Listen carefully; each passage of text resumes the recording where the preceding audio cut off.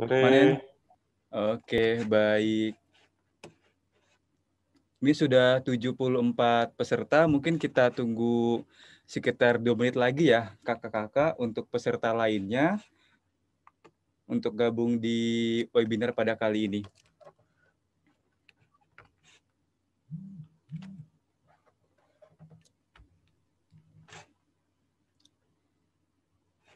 Oke, sambil menunggu peserta lain, saya mau coba berkenalkan juga dari narasumber, dan sebelumnya saya ingin menyapa kepada para peserta nih, dari mana saja, boleh ditulis di kolom chat. Kakak-kakak nih dari mana aja, mungkin dari Sabang sampai Merauke. Coba kita lihat ya. Wah, ada dari Bandung. Oke, kemudian dari IBS nih, ada yang hadir. Dari Denpasar, Karawang. Dari Bogor juga ada. Oke, baik. Dari Tangerang, Purwokerto, Pamekasan, Jakarta hadir, Cikarang, Ampera. Oke. Ayo dari mana lagi nih kakak-kakak? Magetan, Pati, Jawa Tengah. Wah, oke. Banyak sekali ya. Oke, terima kasih teman-teman sudah hadir pada webinar hari ini.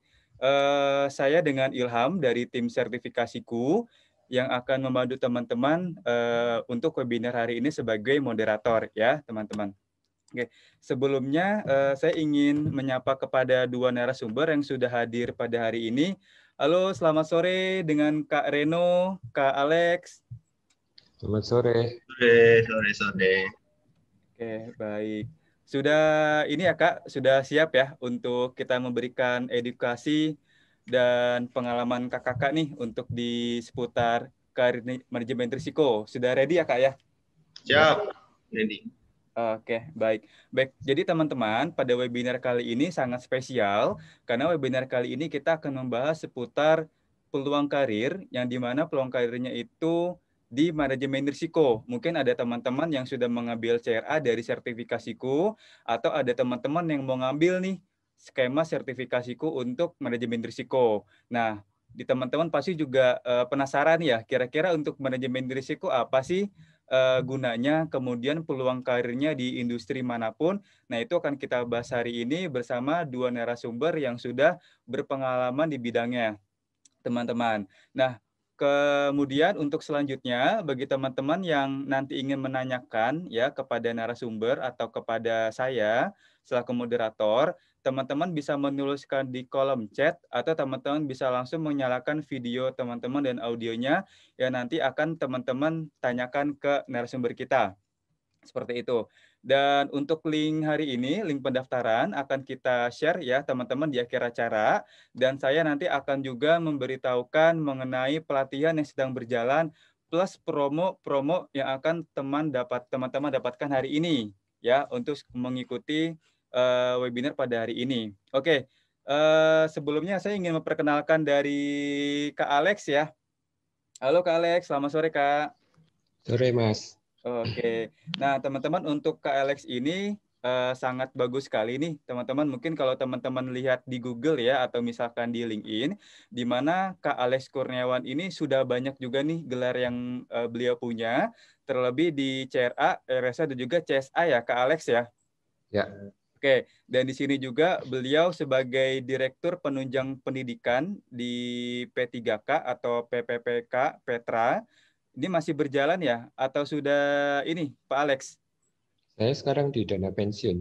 Oke, nah ini bagus banget teman-teman. Jadi Pak Alex ini sebagai manajer eksekutif di dana pensiun dan juga masih aktif sebagai dosen ya, Kak Alex ya? Iya, betul, Pak. Betul, oke, baik. Kalau sekarang saat ini aktivitasnya apa aja nih, Kak Alex? Oke, sehari-hari saya memang menjadi manajer di dana pensiun, ya, lembaga keuangan yang pasti sangat memanfaatkan manajemen risiko. Ya, di sela-sela waktu luang, saya menjadi dosen di beberapa universitas. Udah itu aja. Oke, baik. Terima kasih, Kak Alex. Satu lagi saya mau menyambut Kak Reno. Apa kabar, Kak Reno? Baik, sehat. Oke, baik. Kak Reno mau perkenalkan diri, Kak Reno? Silakan, Kak.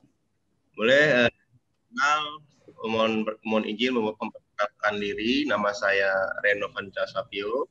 Saya merupakan pegawai Jasara Harja yang ditugaskan di bagian operasional klaim di wilayah Bekasi. Mungkin sedikit boleh saya jelaskan mengenai perusahaan Jasara Harja, Pak ya. Jadi Jasara Harja adalah merupakan insurance company yang bergerak di bidang asuransi sosial yang memberikan perlindungan dasar terhadap risiko kecelakaan. Dan lingkup jaminan perusahaan ini, perusahaan Jasara Harja, adalah setiap penumpang angkutan umum yang sah, pengguna kendaraan bermotor, dan pejalan kaki yang mengalami kecelakaan. Begitu, Bapak. Oke, baik. Terima kasih, Kak Alex. Jadi teman-teman, hari ini kita akan mulai talk show ya dengan dua narasumber yang luar biasa pada hari ini. Saya mau bertanya dulu nih ke Kak Alex dan Kak Reno ya. Mungkin dari Kak Alex dulu nih, Kak. Nah, di sini mungkin boleh sedikit diceritakan tentang kesibukan tadi sudah. Kemudian bagaimana sih Kak menurut Kak Alex mengenai implementasi manajemen risiko di perusahaan Kak Alex nih? Ya, baik. Tadi saya sudah sampaikan bahwa sebentar ini suaranya kok eko ya. Pak moderatornya mungkin. Halo, ya? Tes. Sudah Kak? Tes. Oke. Ya, jadi seperti yang kita ketahui, tadi saya bekerjanya di lembaga jasa keuangan non-bank. Ya. Penerapan manajemen risiko yang paling utama itu adalah di sektor jasa keuangan, baik itu bank atau bukan bank. Ya, jadi kita tahu bahwa penerapan manajemen risiko yang paling getol nih, ini kan di institusi keuangan.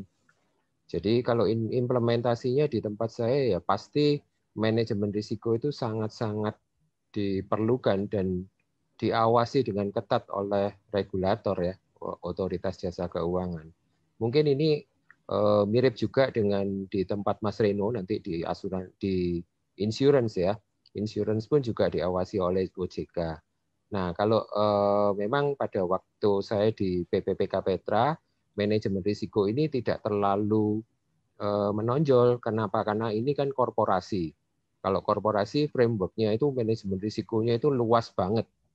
Nah, kalau yang di sektor jasa keuangan ini sudah very regulated. Nanti mungkin Mas Reno bisa kasih tambahan deh mengenai itu. Oke, baik. Terima kasih Kak Alex. Bagaimana Kak Reno penambahan untuk implementasi di perusahaan Kak Reno nih untuk manajemen risikonya Kak? Oke, jadi pada saat ini perusahaan PT Jasara Harja sudah mengimplementasikan manajemen risiko secara terstruktur dan terintegrasi. Jadi sehingga kegiatan manajemen risiko di perusahaan Jasara Harja kita dituntut untuk secara aktif dari divisi, dari setiap bagian kerja untuk melakukan proses manajemen risiko yang nantinya risiko-risiko yang timbul dapat diantisipasi sedemikian rupa dengan tepat dan baik, sehingga risiko tersebut tidak berdampak pada keberlangsungan perusahaan kita gitu, serta tetap pada tujuan atau sasaran utama yang diinginkan oleh perusahaan. Tadi mengenai regulator yang dimaksud oleh Pak Alex mungkin di sini adalah OJK. Jadi ada peraturan mengenai Otoritas Jasa Keuangan nomor 44 tahun 2020 tentang manajemen risiko, di mana lembaga jasa keuangan non-bank itu harus menerapkan manajemen risiko. Nah, jadi dengan implementasi manajemen risiko ini diharapkan dapat mengurangi atau menghindari risiko yang tidak kita inginkan terjadi. Seperti itu, Pak.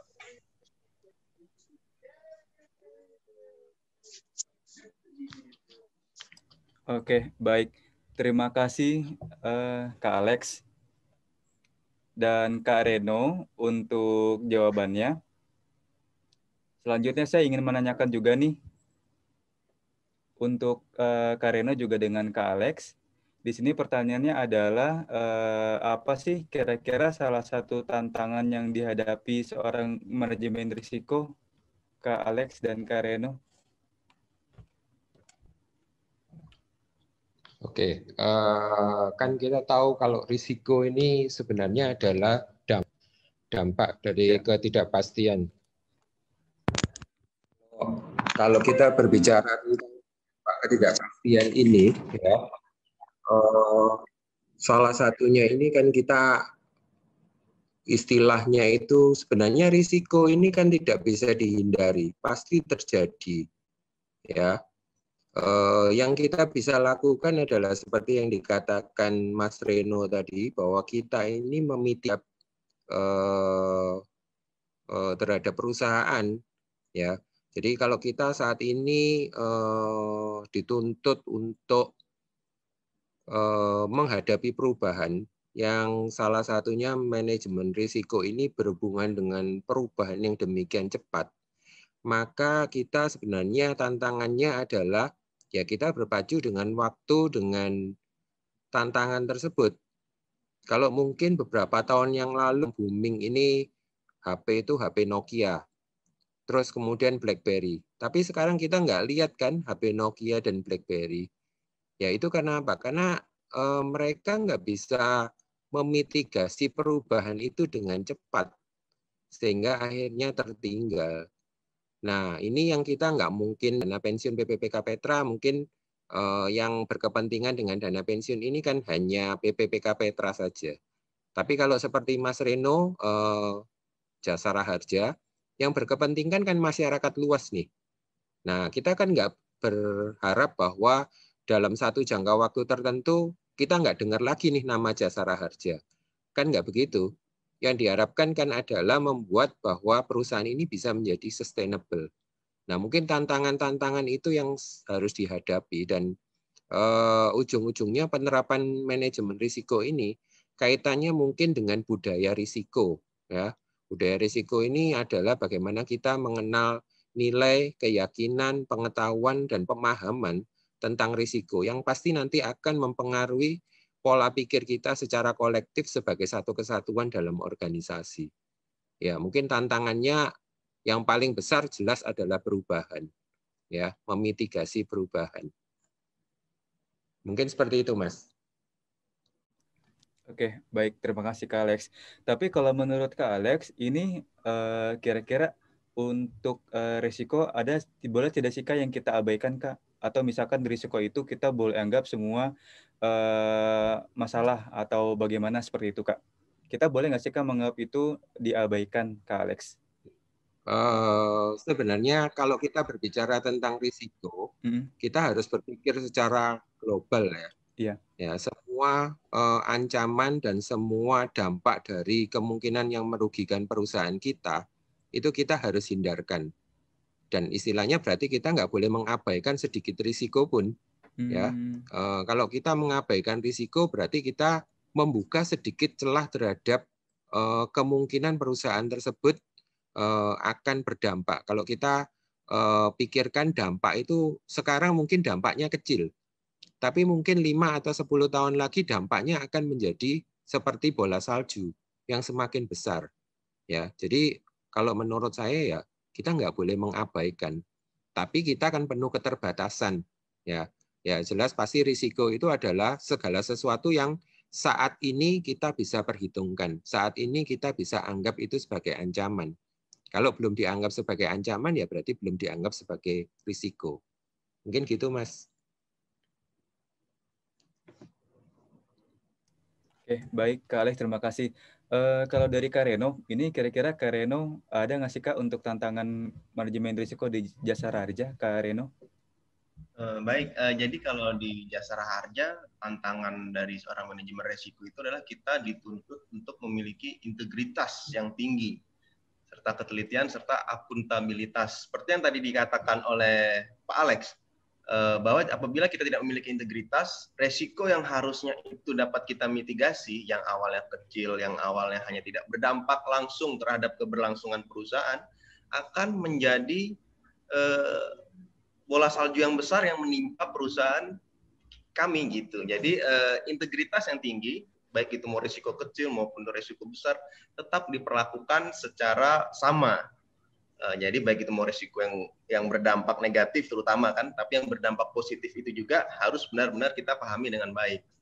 Kemudian kalau untuk yang tidak boleh diabaikan, tadi saya setuju juga dengan Pak Alex bahwa yang risiko kecil yang kita anggap kecil dan tidak berbahaya, yang tidak memiliki pengaruh atau dampak langsung yang signifikan terhadap perusahaan tetap harus kita mitigasi.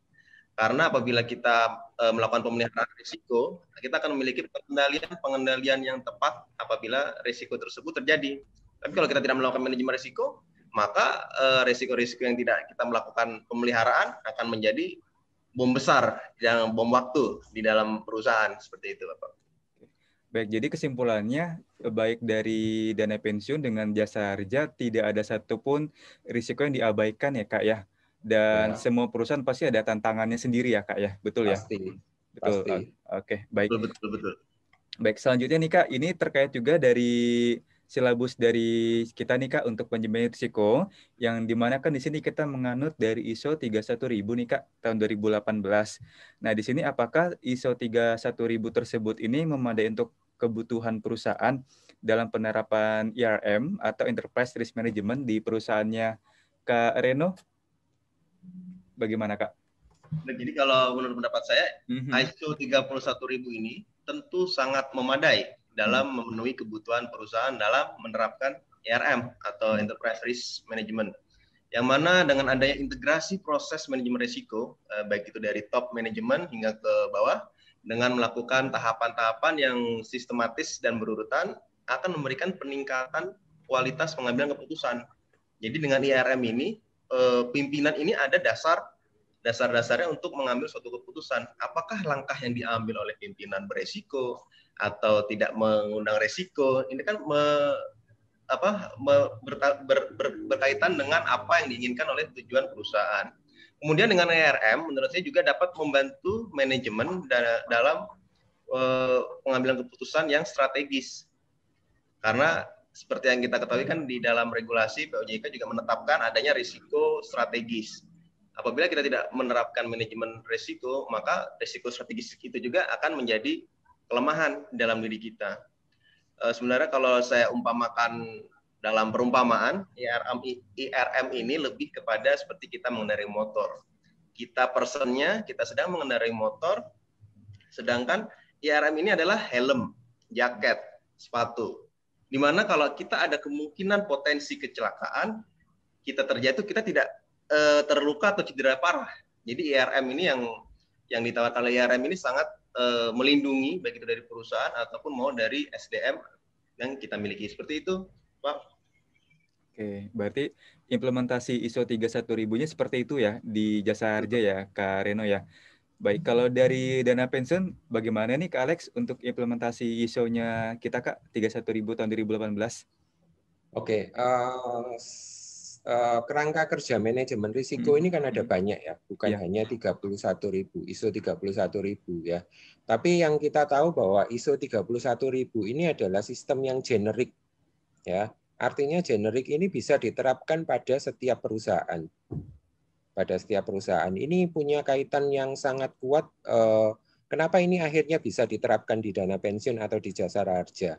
Karena kita lembaga keuangan, kita terikat pada framework yang tadi disampaikan oleh Kak Reno, POJK 44 2020 ya, bahwa di sana framework-nya itu sangat mirip dengan ISO 31000 yang nantinya akan berkaitan juga dengan pengendalian internal, yang nantinya juga berkaitan dengan Business Continuity Management BCM, ya kan? Nah, karena generik ini, akhirnya kita lebih mudah untuk memahami konsep IRM ini dengan menggunakan ISO 31000. Mungkin framework yang lain tidak kalah bagusnya juga, tapi itu bukan framework yang generik, tapi diciptakan untuk sebuah industri. Yang mana kalau kita terapkan pada industri-industri yang banyak, ya mungkin perlu penyesuaian yang lebih besar. Sementara kalau ISO 31000 itu sangat generik ya, mulai dari proses identifikasi, terus sampai proses treatment, terus ada monitoringnya dan lain sebagainya. Frameworknya itu sudah cukup kuat. Yang penting harus didukung dengan 3 hal. Ya, yang pertama komitmen manajemen. Tadi Mas Reno sudah sampaikan banyak. Komitmen top manajemen itu sangat penting. Yang kedua harus diintegrasikan dalam proses bisnis. Ya kan? Diintegrasikan dalam kegiatan yang tidak terpisahkan. Ya, dan yang ketiga harus dimonitoring dan dikendalikan. Mungkin seperti itu, Mas. Baik. Jadi untuk ISO 31000 ini memang kalau kita bicara ya Pak mengenai penerapannya di perusahaan itu tidak hanya di lembaga keuangan ya, industrinya Kak Alex ya dengan Kak Reno Ya, ya. ya, Jadi bisa di industri sangat lain, betul. applicable untuk industri yang lain. Baik, baik. Baik, jadi memang kalau misalkan teman-teman nanti yang mengambil CRA di sertifikasiku dan penerapan ISO 31000 ini banyak nih teman-teman untuk diimplementasikan di berbagai industri yang berkembang saat ini, seperti itu. Nah, sekarang saya ingin bertanya ke Kak Alex nih, Kak. Nah, ini berkaitan dengan teman-teman mahasiswa mungkin yang mau mencari kerja, di mana di sini sudah banyak nih Kak Alex untuk platform pencari kerja yang di mana untuk lowongan pekerjaan di bidang risk management. Nah, apakah saat ini sudah ada kebutuhan Kak terkait manajemen risiko di perusahaan tersebut, Kak Alex? Oke, yang pertama mungkin untuk membuka mata kita ya. Saat ini per Desember 2020 itu ada 1.329 pelaku jasa keuangan non-bank. Untuk banknya sendiri ada 110 bank dan 1.500 BPR. Ada 713 emiten ya yang mencatatkan sahamnya di Bursa Efek. Dan itu semua butuh profesi manajemen risiko. Ya. Jadi kita udah tahu nih seberapa besar peluang kita. Kalau kita bicara aja kita bandingkan berapa sih risk champion di tempatnya Mas Reno, tentu kan sangat terbatas, ya kan? Nah itu kita sebagai gambaran bahwa kalau kita search di Google ya pekerjaan yang paling viral untuk beberapa tahun terakhir pasti yang berhubungan dengan risk, ya. Ini menandakan bahwa sebenarnya kita ini kesadaran untuk risikonya ini mulai tumbuh, ya. Ya, tapi sayang memang karena ini juga sebuah bidang yang baru, tentu belum semua bisa memahami. Jadi kalau menurut saya sertifikasiku ini juga merupakan sebuah breakthrough, ya, terobosan untuk menciptakan orang-orang yang memiliki kemampuan di bidang manajemen risiko, ya, untuk menjawab tantangan, ya, untuk menjawab tantangan kebutuhan ini. Di masa yang akan datang saya percaya semua akan dikaitkan dengan risiko. Kita sekarang kenal kalau kita akuntansi, ya, kita auditing, juga ada audit berbasis risiko. Semuanya dikaitkan dengan risiko. Ya, manajemen by risiko. Nah, semuanya dengan risiko. Jadi kalau menurut saya ya kita bayangkan aja lah ada 1.300, ada 110, ada 1.500, ada 700 lembaga yang butuh manajemen risiko. Ya, itu berarti sekarang kebutuhan akan manajemen risiko ini mulai timbul, mulai sangat sangat dibutuhkan seperti itu. Oke, baik. Dari Kak Reno ada penambahan, Kak? Ya, jadi saya sangat setuju dengan Alex bahwa risk itu sekarang semua industri khususnya di jasa keuangan juga sudah mulai diimplementasikan. Ya, tadi ada manajemen by risk, sekarang juga ada namanya audit by risk. Tuh, nanti mungkin auditor juga wajib memahami apa itu manajemen risiko. Karena pun pada saat ini di jasa raharja pun juga telah menetapkan risk by audit by risk. Jadi kita audit berdasarkan risiko-risiko yang muncul di setiap wilayah kerja. Jadi tidak hanya praktisi jasa keuangan, tapi kita juga mungkin auditor dan ada lagi legal by risk atau bagaimana, karena kan risiko-risiko itu sifatnya global seperti itu. Dan saya ingin menambahkan juga dari sisi regulator pun dari POJK tadi, POJK nomor 44 tahun 2020 bahwa di pasal 3 dijelaskan bahwa setiap perusahaan, kalau saya ngambil dari lembaga jasa keuangan non-bank, ada peraturan bahwa di 3 manajemen risiko khususnya di lembaga jasa keuangan non-bank wajib dilakukan secara efektif. Dasar hukumnya sudah ada untuk adanya pelaksanaan manajemen risiko. Dan apabila kita lihat kembali dari POJK nomor 44 ini, di pasal 12 pun sudah sangat jelas bahwa setiap perusahaan wajib memiliki sumber daya manusia yang memiliki kompetensi di bidang manajemen risiko. Jadi sangat luas peluang dari pekerjaan dari manajemen risiko ini. Karena sudah ada regulatornya pun, dan perusahaan yang menjalankan industri di jasa keuangan maupun non jasa keuangan dengan aturan regulator ini diharapkan dapat menambah pekerjaan mengenai manajemen risiko. Seperti itu, Pak. Baik, Mungkin tadi saya untuk bisa tambahkan. boleh Kak Alex, silakan Kak. Ya, jadi tadi saya dengan Mas Rino udah sepakat kita di sektor jasa keuangan pasti udah terikat dengan regulasi.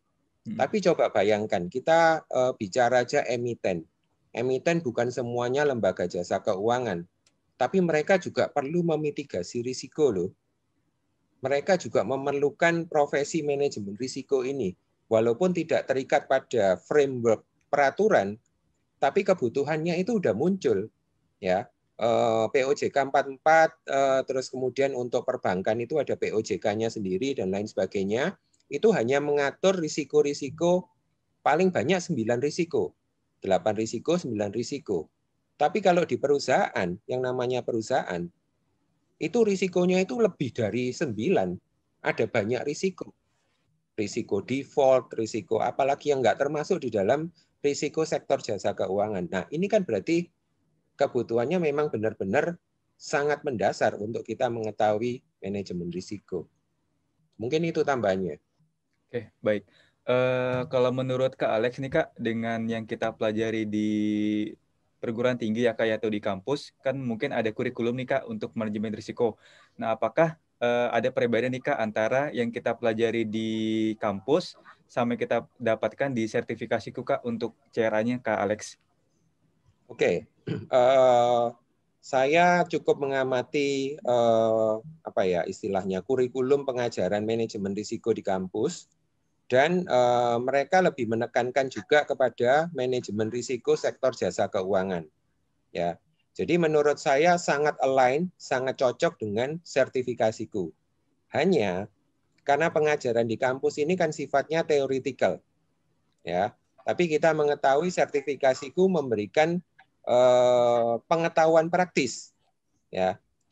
Salah satu persyaratan untuk menjadi CRP, ya setelah CRA kan CRP nih, ya, adalah membuat risk register. Artinya apa? Artinya kita udah dilatih nih. Kalau di sertifikasiku, ya mungkin dengan fasilitator yang benar-benar dipilih, artinya mereka udah menetapkan praktis gitu loh.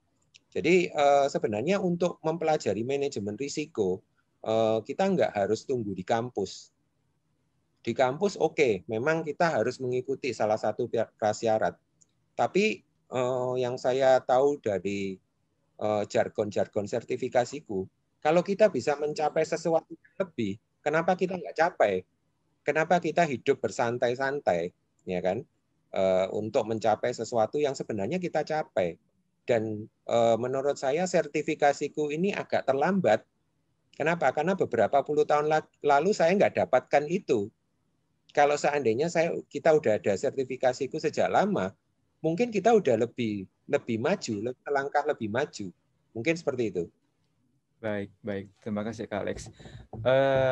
Saya mau bertanya lagi nih untuk pertanyaan selanjutnya kepada Kak Reno dan Kak Alex.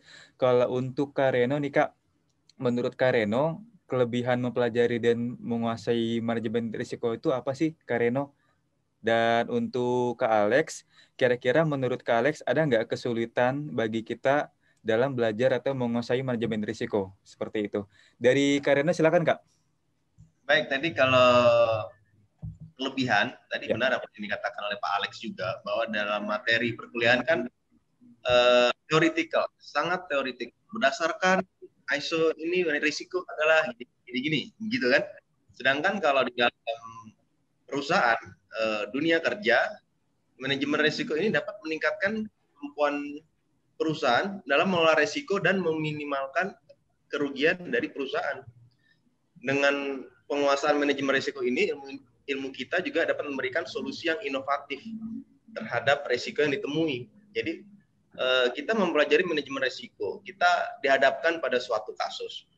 Apabila di jasa harja misalnya kasus keterlambatan penagihan.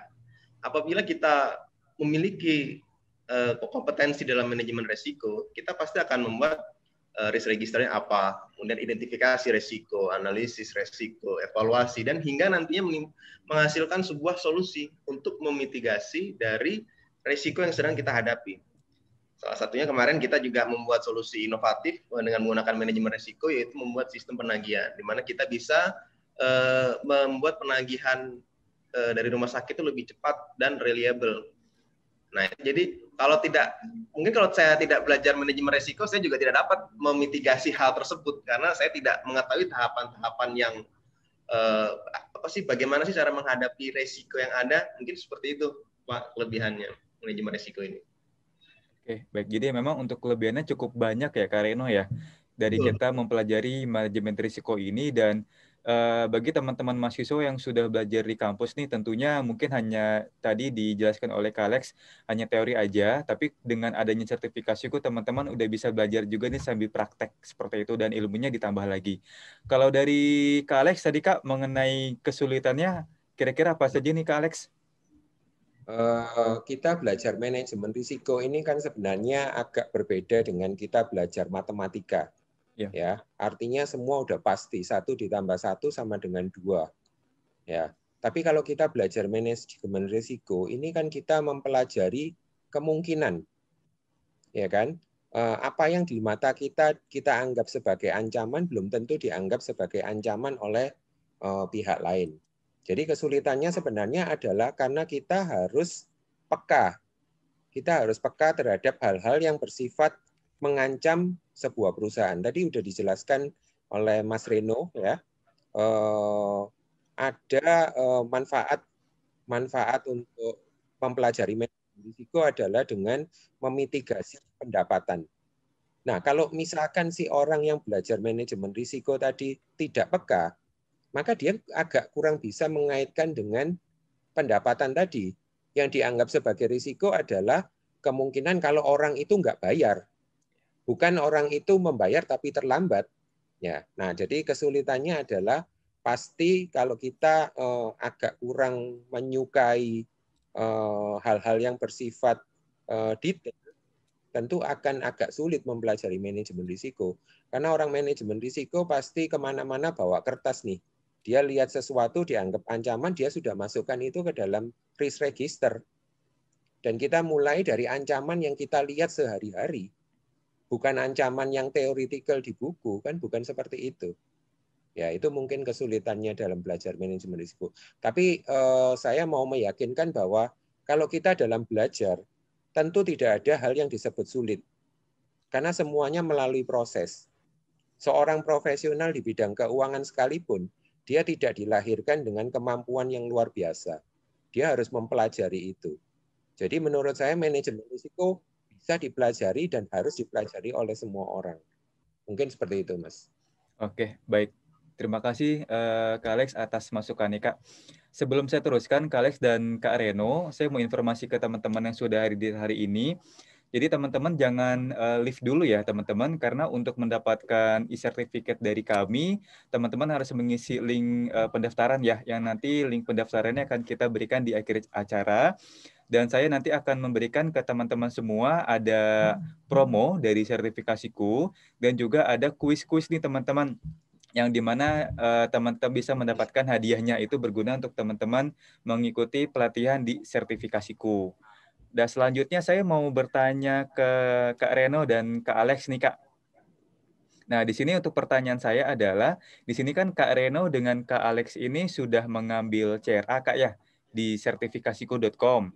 Nah, ini menurut Kak Alex dan Kak Reno, kira-kira seberapa penting sih, Kak, dan manfaat sertifikasi profesi manajemen risiko bagi para profesional maupun calon profesional, Kak, di industri keuangan?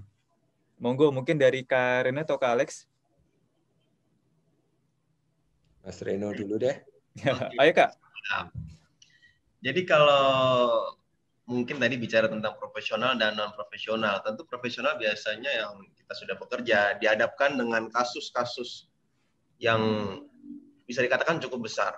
Namun sertifikasi manajemen risiko ini kita diajak untuk melihat dalam lingkup yang lebih besar.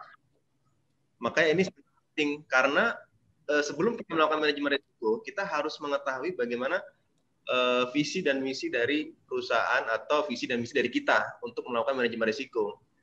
Setelah menentukan dari visi dan misi atau mengetahui visi dan misi, kemudian manajemen risiko ini dapat berjalan sesuai dengan konteks yang kita inginkan, seperti itu. Karena kalau untuk profesional, ilmu manajemen risiko ini pasti akan diimplementasikan di kegiatan operasional perusahaan, karena untuk membantu perusahaan mencapai target dan tujuan sesuai dengan visi dan misi perusahaan.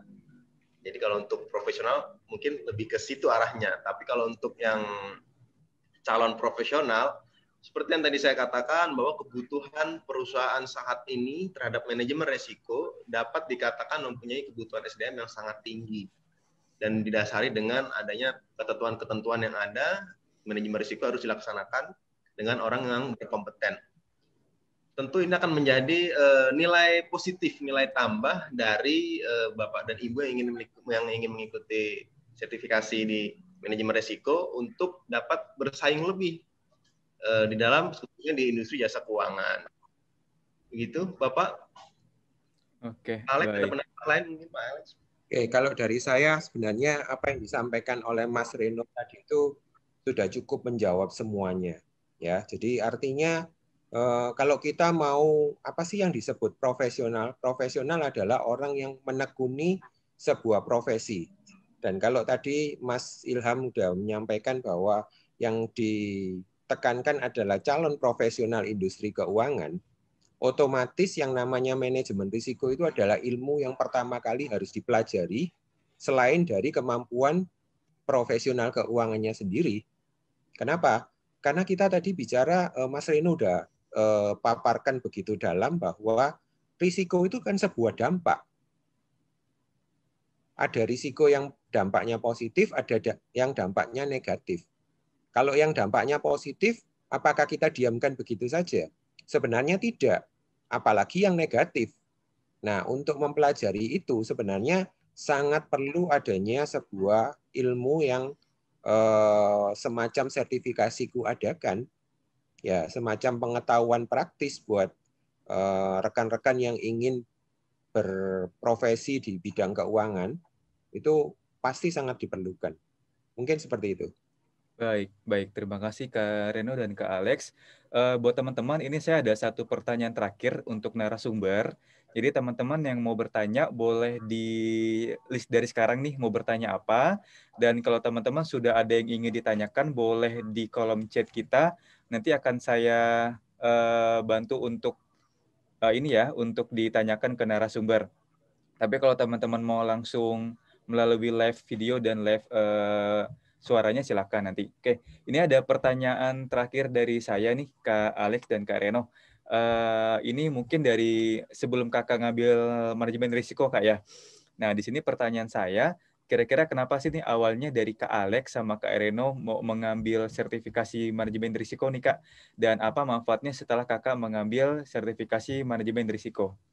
Mungkin saya lem ke Kak Alex ya, Kak Alex ya. Boleh, Kak? Oke.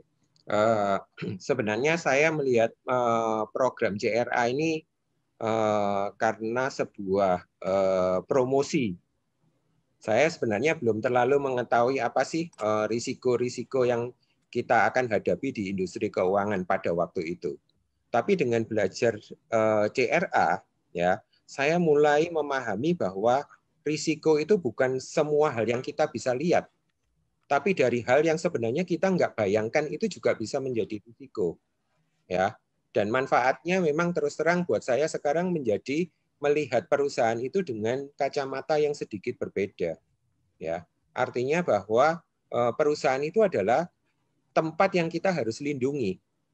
Ya, karena itu memberikan penghasilan kepada kita, akan memberikan manfaat kepada orang lain. Ya. Kalau kita tidak melindungi perusahaan itu dari kemungkinan-kemungkinan yang bisa merugikan perusahaan, memberikan dampak buruk, nah itu kan berarti kita kurang bijaksana.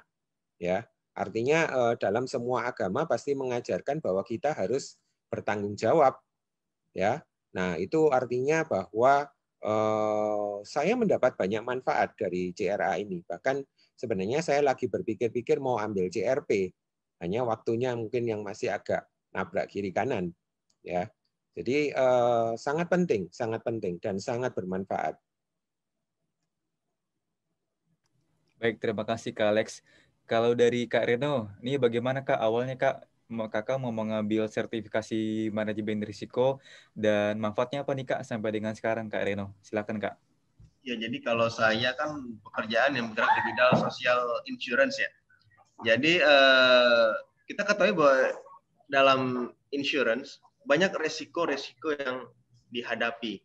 Seperti salah satu contohnya adalah risiko strategis, risiko operasional, lalu risiko kepatuhan, risiko asuransi, dan risiko-risiko lainnya yang sangat banyak dan saya masih awam gitu kan.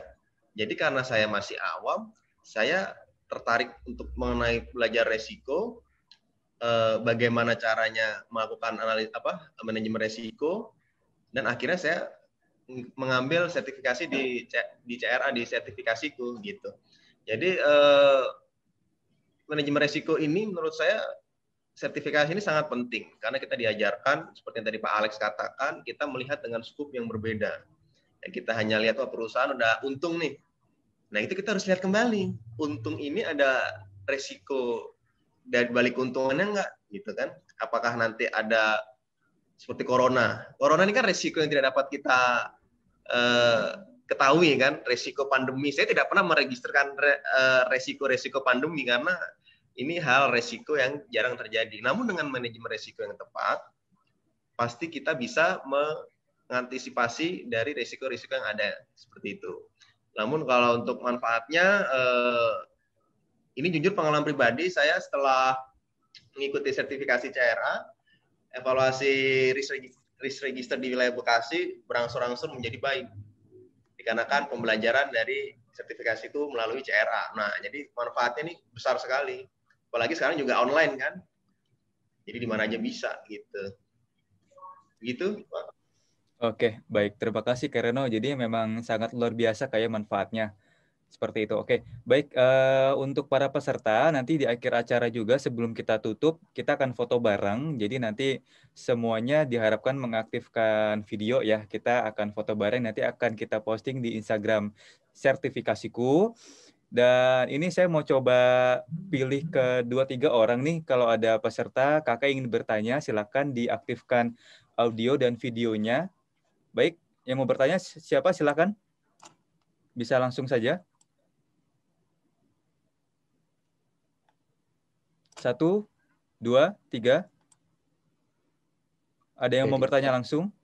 Ada di chat, Mas. Oh ya, berarti saya bacakan aja ya, Kak Alex ya. Oke, baik. Ini ada yang bertanya, sebentar, saya lihat dulu pertanyaannya. Baik, ini dari Ridwan Pratama, izin bertanya, apa bedanya gelar certified versus qualified dalam risk management profesional? Baik nih, boleh dibantu dijawab nih, mungkin dari Kales atau Kareno. Oke, saya coba bantu ya. Ya. Belum tentu benar juga. Sebenarnya penyelenggara risk management profesional ini kan bukan hanya sertifikasiku.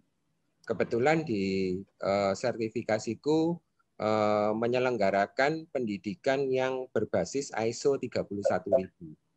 Tapi ada perusahaan-perusahaan lain atau lembaga-lembaga lain yang mengadakan atau menyelenggarakan dengan berbasis mungkin yang seperti Australian Standard atau seperti COSO ERM ya.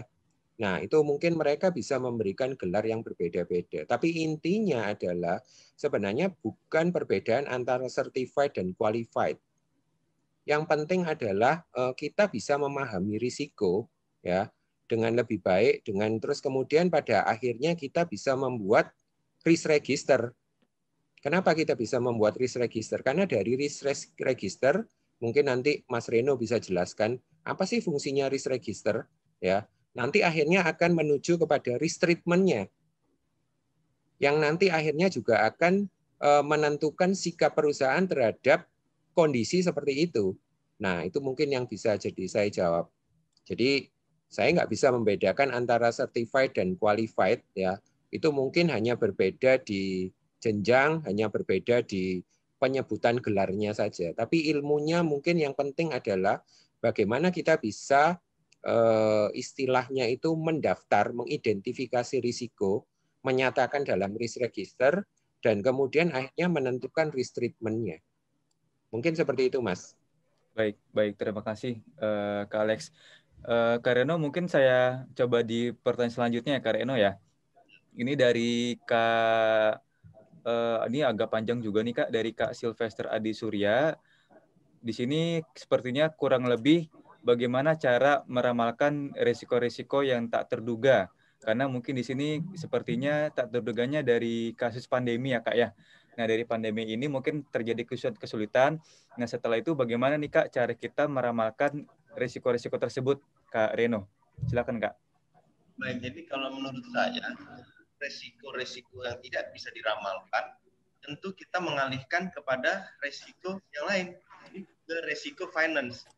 Jadi apabila kita dapat register atau melakukan identifikasi resiko lebih awal, mungkin bukan pandemi, mungkin adanya kalau dalam bisnis kita tidak laku nih bisnisnya, tapi kita sudah memasukkan itu ke dalam risk register. Itu akan menjadi resiko yang besar apabila bisnis saya tidak laku. Nah ini kan bisa kita kategorikan sama nih, bisnis yang tidak laku, tidak laris, kita bandingkan dengan pandemi yang ada. Kan efek dari pandemi, dampak dari pandemi adalah, misal tadi adalah bisnis yang tidak laris ya, bisnis yang tidak laku misalnya. Nah itu kan sama dengan mungkin di risiko dari sisi risiko finansial, judulnya adalah bisnis yang tidak laku, gitu kan. Jadi dengan adanya risk register yang mendekati dengan sama, itu kita dapat melakukan mitigasi. Misal kita dengan risk register bisnis yang tidak laris, bisnis yang tidak laku, memberikan penilaian dulu nih terhadap dampaknya berapa, lalu apa kita bisa lakukan dampak, kita lakukan penilaian, lalu kita lakukan treatment nih. Apakah sudah di dalam batas penerimaan resiko? Apakah risk appetite kita itu sudah sesuai dengan batasan yang kita buat? Kalaupun itu tidak sesuai, maka perlu dilakukan mitigasi. Apa kita misal mitigasinya adalah membuat dana cadangan, membuat alternatif pilihan bisnis. Nah itu adalah mitigasi-mitigasi yang ada. Mungkin kalau dalam kaitannya dengan pandemi ya, mungkin seperti itu. Mungkin Pak Alex bisa menambahkan mungkin. Ya, saya pikir mungkin seperti yang disampaikan Mas Rino ya.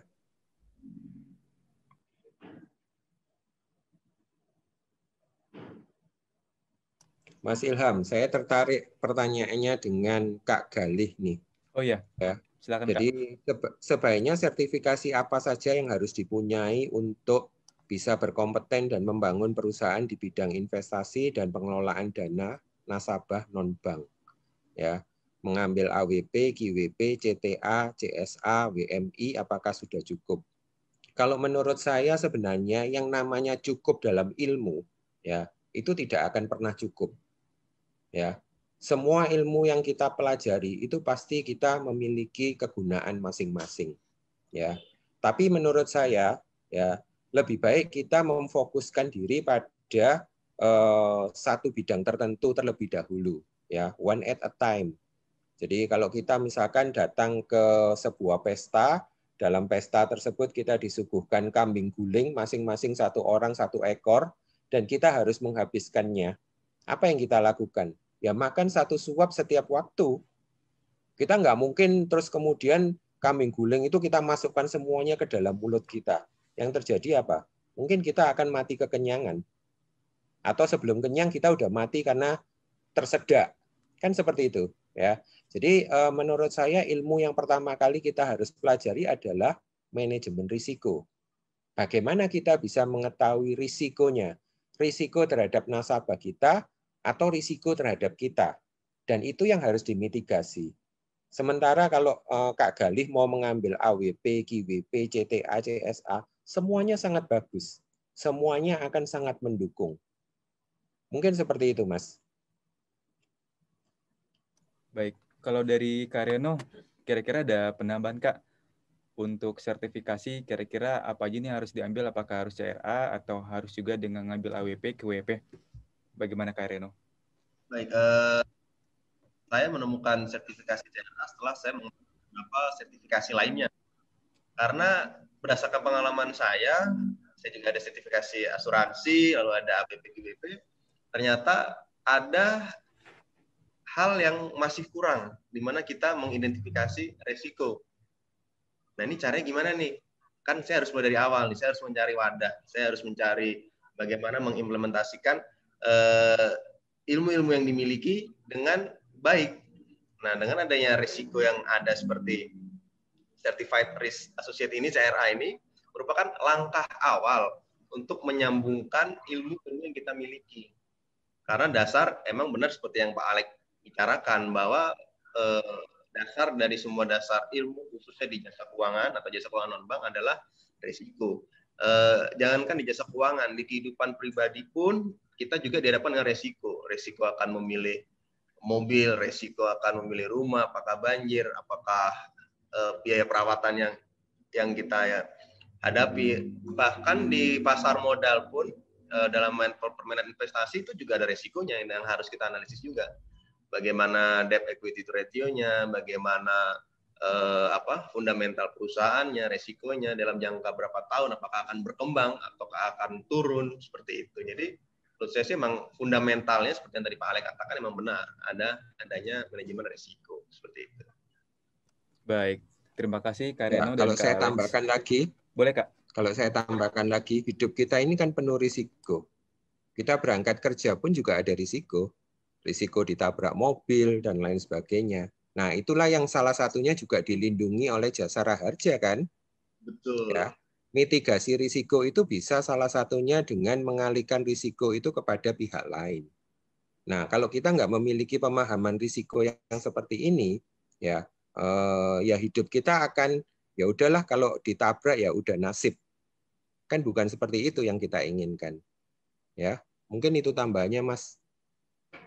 Baik, terima kasih Kak Alex. Jadi kita pun walau mau ke kantor itu pasti ada risiko-risiko ya Kak Alex ya. Ya. Dan Betul. kalau kita mau menikah pun itu juga ada risiko ya Kak Alex. Wah, ya dengan itu Kak Reno. apalagi itu. Oke, baik. Oke, mungkin dari teman-teman ada pertanyaan terakhir. Ada mau di chat atau mau langsung live pertanyaannya? 1, 2, 3, tidak ada ya. Baik, kalau tidak ada, saya ingin memberikan ke teman-teman ada promo luar biasa dari sertifikasiku dan saya akan memberitahukan pelatihan apa saja yang sedang berjalan di sertifikasiku. Boleh dibantu ke admin?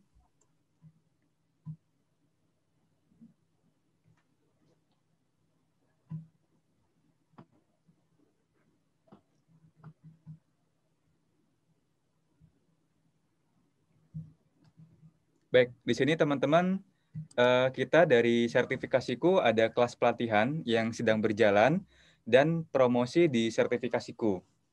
Next, admin. Oke, baik. Teman-teman, untuk saat ini kita ada kelas pelatihan di mana kita ada RSA atau Registered Securities Analyst di batch 5 ini, teman-teman. Dan itu akan kita mulai di tanggal 20 Februari besok 2021 dengan harga normalnya adalah sebesar 3 juta rupiah.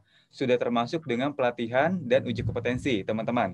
Selanjutnya untuk di Certified Risk Associate atau di CRA, kita akan mulai batch 5-nya di tanggal 20 Februari 2021 dengan harga normalnya 3 juta rupiah, sudah termasuk dengan pelatihan dan uji kompetensi. Nah, di sini bagi teman-teman juga yang mau bundling nih, kalau 3 juta kerasa mungkin cukup mahal ya, 6 juta.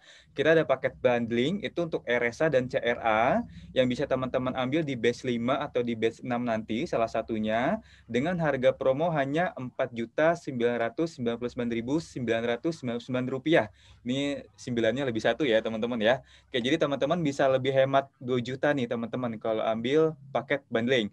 Kemudian kita ada produk baru, yaitu adalah Registered Technical Analysis atau RTA, yang dimana kita akan mulai batch 1 ini di tanggal 13 Maret 2021 ya, teman-teman ya. Untuk harga pre-order kita mulai di angka 3 juta, teman-teman. Jadi teman-teman yang mungkin sudah ngambil RSA, teman-teman bisa juga ambil technical analysisnya nih, teman-teman. Sangat nyambung sekali. Dan terakhir kita akan buka juga digital marketing di batch 3 yang dimulai di tanggal 13 sampai 14 Maret. Jadi pelatihannya Sabtu Minggu ya teman-teman ya. Harganya kita mau buka mulai dari harga 2 juta rupiah. Nah, untuk promonya Next, admin.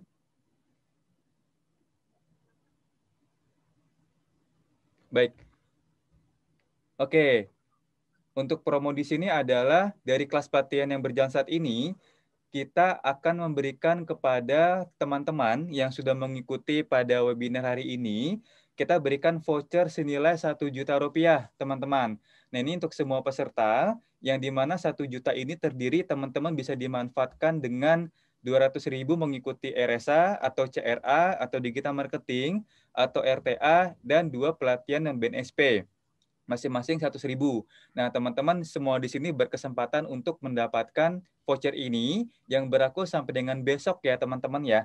Jadi teman-teman langsung aja DM di Instagram kita atau bisa langsung tanya di admin sertifikasiku, teman-teman. Selanjutnya teman-teman yang sudah menjadi alumni atau sudah mengikuti sertifikasi di kita ada referral program di mana teman-teman kalau ajak teman makin cuan, bisa juga dicek website sertifikasiku. Dan kita juga ada kupon spesial CRA 2021, ini untuk lulusan RSA, teman-teman, dengan harga cukup 2,5 juta saja. Jadi kalau teman-teman yang sudah ikut RSA di kita, teman-teman bisa ikut CRA dengan harga 2,5 juta ya, teman-teman ya. Oke, dan terakhir, di sini teman-teman untuk semua peserta kita akan kasih kuis ya, berhadiah 3 pelatihan, free pelatihan 3 orang untuk mengikuti pelatihan CRA. Caranya adalah teman-teman buat testimoni webinar ini di Instagram teman-teman dan LinkedIn teman-teman, dan teman-teman sertakan hashtag sertifikasiku. Nanti dari hashtag dengan testimoni terbaik akan kita berikan 3 gratis pelatihan untuk CRA di batch 5, teman-teman. Jadi ditunggu apa lagi? Silakan vouchernya digunakan. Teman-teman juga ajak referral, dan juga teman-teman yang lulusan RSA bisa dengan ikut CRA dengan 2,5 juta, dan teman-teman berhak untuk mendapatkan 3 free pelatihan yang terpilih. Selanjutnya, admin.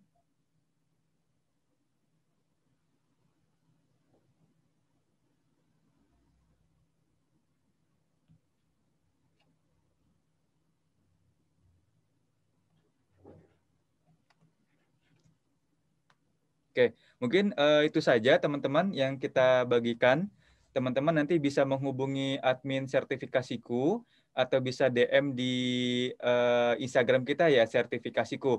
Dan Jumat nanti teman-teman kita ada webinar di tanggal hari Jumat ya teman-teman. Kita ada webinar seputar produk baru kita di RTA. Jadi teman-teman yang apa sih kira-kira RTA, kemudian manfaatnya apa, dan kira-kira apa sih kegunaan dari RTA, teman-teman bisa mengikuti webinar kita di hari Jumat. Oke, itu saja dari saya. Kalau dari Kak Alex dengan Kak Reno, ada closing statement, Kak?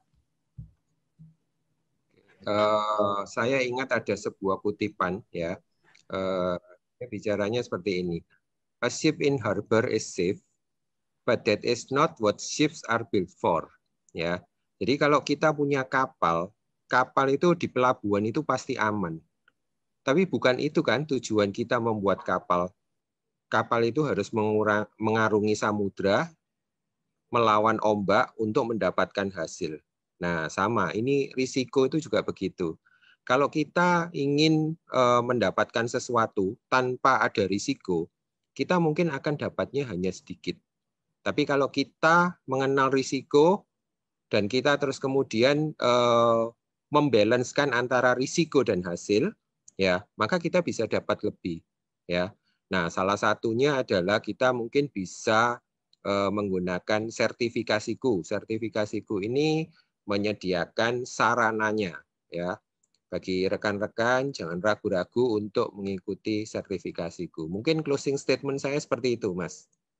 Oke, terima kasih Kak Alex. Dari Kak Reno? Mungkin kalau closing statement saya, tadi Pak Alex sudah sempurna dengan bait dan puisinya. Jadi kalau saya mungkin lebih kepada belajarlah sampai Anda merasa bosan belajar. Jadi di mana kita harus terus belajar. Kita harus terbuka terhadap hal-hal yang baru. Jangan sampai kita berada di zona nyaman misal dalam pekerjaan, dalam kegiatan, tetapi kita berusaha untuk keluar dari zona nyaman, membuat suatu perubahan, salah satunya dengan manajemen resiko. Seperti itu. Karena seperti yang tadi Pak Alex bilang juga, manajemen resiko merupakan manajemen risiko yang sangat baik. Sehingga kita dapat belajar di sertifikasiku, apalagi sekarang sistemnya online. Sangat mudah sekali untuk kita ikuti, tidak harus ke Jakarta, semua sistem online, dan kita dapat melakukan dari rumah, dari mana saja. Gitu mungkin, Pak. Oke, baik. Terima kasih, Kak Reno. Baik, teman-teman yang belum absen ya, saya harap untuk mengisi link absen yang sudah kita tuliskan di chat, karena teman-teman nantinya akan mendapatkan e-sertifikat dari sertifikasiku. Dan terakhir, teman-teman, sebelum kita berfoto bareng, tadi teman-teman mengenai voucher, kemudian mengenai kupon-kupon yang ada di sertifikasiku, promo kita yang akan berlaku sampai dengan besok, teman-teman bisa tanyakan di sertifikasiku di Instagram kita, bisa DM, atau bisa ke admin sertifikasiku ya, teman-teman. Oke, teman-teman boleh diaktifin videonya, kita foto bareng, teman-teman. Nanti kan kita posting di Instagram sertifikasiku. Ini. Oke, baik. Sudah semua teman-teman, kita ada 2 gaya teman-teman ya. Pertama kita ada gaya kompeten, satu lagi ada gaya cuan ya teman-teman ya. Oke, 1, 2, 3, kita gaya kompeten dulu teman-teman. Saya hitung sampai 3, admin boleh dibantu capture atau di foto ya admin ya. Oke, semuanya kita kompeten. 1, 2, 3. Oke, baik. Kita ganti gaya cuan ya, teman-teman ya. Admin dibantu untuk di-capture atau di-foto pada hitungan ketiga. Cuan, teman-teman. 1, 2, 3. Oke, baik. Terima kasih, teman-teman. Sekian dari kami, sertifikasiku sudah mengadakan webinar hari ini. Semoga bermanfaat untuk teman-teman semua. Terima kasih untuk Kak Reno, Kak Alex atas informasi, ilmu, dan juga pengalaman yang sudah diberikan. Teman-teman juga apabila ragu-ragu untuk mengikuti manajemen risiko dan juga butuh pandangan manajemen risiko, mudah-mudahan melalui webinar ini teman-teman sudah terjawab semua. Terima kasih dari saya, teman-teman. Wassalamualaikum warahmatullahi wabarakatuh. Terima kasih, jaga kesehatan selalu Waalaikumsalam warahmatullahi teman-teman. wabarakatuh. Terima kasih Mas Reno, Mas Alex.